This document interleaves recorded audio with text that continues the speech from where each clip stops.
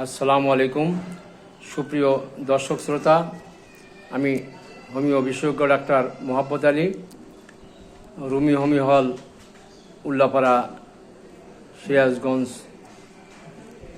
আমি আজ আলোচনা করব জন্ডিস রোগের চিকিৎসা সম্পর্কে। পূর্বে হইতে একটি ধারণা প্রচলন আছে যে জন্ডিস হইলেই এর চিকিৎসা কবিরাজি চিকিৎসা, জন্ডিস মানেই কবিরাজি চিকিৎসা।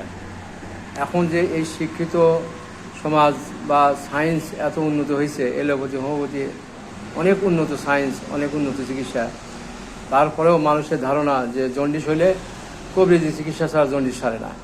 যার কারণে এই বাংলা এবং ভারতে জন্ডিস হইলেই কবিরাজির কাছে ছোটে। শিক্ষিত লোক, অশিক্ষিত লোক, গ্রাম বাংলার সবাই কবিরাজের চিকিৎসা করে এই ভ্রান্ত ধারণার কারণে। কবিরাজি চিকিৎসায় গাছ দিয়ে চিকিৎসা করলে, যেমন পেপুলের পাতা, পেপুলের মোতা বা আরও কিছু গাছ আছে, এগুলা খাইলে যে জন্ডিসগুলো এ ভাইরাস দ্বারা আক্রান্ত জন্ডিসগুলো এগুলা কবিরাজি চিকিৎসায় সারে। এবং এই ভাইরাস দ্বারা আক্রান্ত জন্ডিস চিকিৎসা না করে যদি এমনি রেস্টে থাকা যায়, আখের রস খাওয়া যায়, ঠান্ডা জিনিস খাওয়া যায়, ঠান্ডায় থাকা যায়, তাহলে আস্তে আস্তে 15-20 দিনের মধ্যে একাই এই ভাইরাসের জন্ডিস স্থায়ীভাবে সেরে যায়।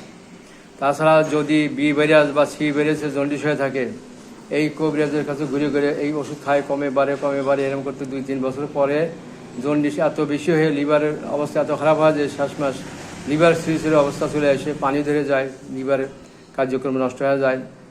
তখন এই যে এলোপ্যাথি ডাক্তারের কাছে হাসপাতাল ঘরে এবং হোমিও ডাক্তারের কাছে আসে। তে আপনারা জানবেন প্রত্যেকটি একটা নির্দিষ্ট সময় আছে, চিকিৎসারও একটা নির্দিষ্ট সময় আছে।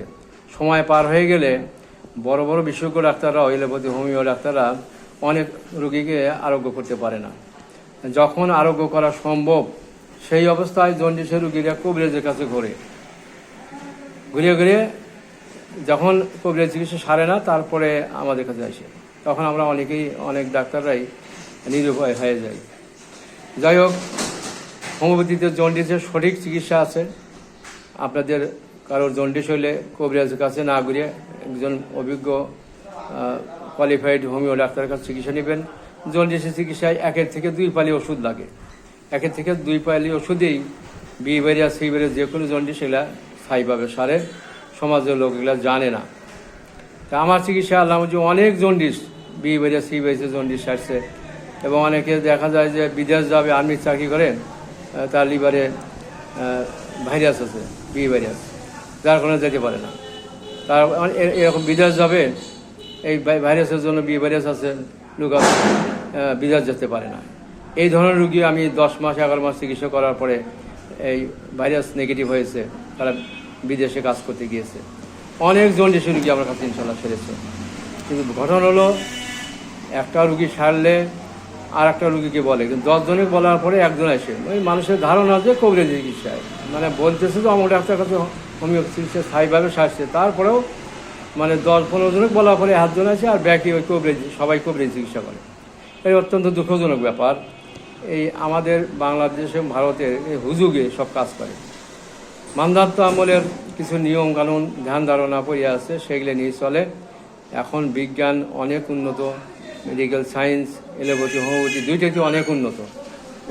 যে কোনো জটিল রোগী হোমিওপ্যাথিতে স্থায়ীভাবে সারে, অথচ মানুষ জানে না। আর হোমিও মানে নার্স ছিটকায়, অথচ যখন জটিল রোগ হয় তখন আমাদের কাছে ঠিকই এসে এবং রোগ সারে। আর হোমিও মানে টাকা নাই, অল্প টাকা চিকিৎসা, এটা খুব ভুল ধারণা। হোমিও ডাক্তারদের লেখাপড়া করতে হয় এবং ভালো কোম্পানির ওষুধ রাখতে হয়, ওষুধের দাম আছে এবং ডাক্তারের তো ব্রেনের দাম আছে। কিন্তু আগেকার দিনের হোমিও ডাক্তাররা লেখাপড়া কম ছিল, টুকটাক চিকিৎসা করতো, টাকা নিত না, রোগ সারলেও টাকা নিত না। যার কারণে ওই একটা বদ অভ্যাস, ভুল ধারণা সমাজে পড়ে আছে যে হোমিও মানি আর 100 টাকা 50 টাকা। তো চিকিৎসা কখনো এত সস্তা হয় নাকি? যাই হোক, ভালো কোম্পানির ওষুধ এবং ভালো ডাক্তার কাছে চিকিৎসা হইলে কিছু টাকা লাগবেই, 500, 700, 1000 লাগতে পারে।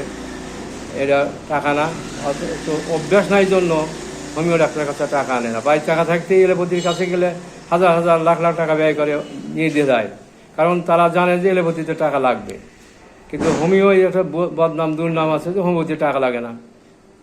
এই দুর্নামের কারণেই মানুষ টাকা থাকতেও একজন ভালো ডাক্তারের কাছে টাকা নিয়ে আসে না, অল্প টাকা নিয়ে আসে, যার কারণে আমরা ভালো চিকিৎসা দিতে পারি না, বাধ্য হয় রুগীকে ফেরত দিতে হয়।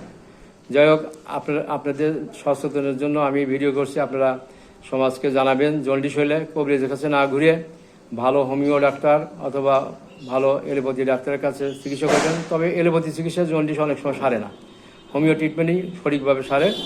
আপনারা আমার ভিডিওটা শেয়ার দিবেন, লাইক দিবেন, জন সচেতনের জন্য, মানুষকে জানানোর জন্য। ধন্যবাদ, সবাই ভালো থাকেন।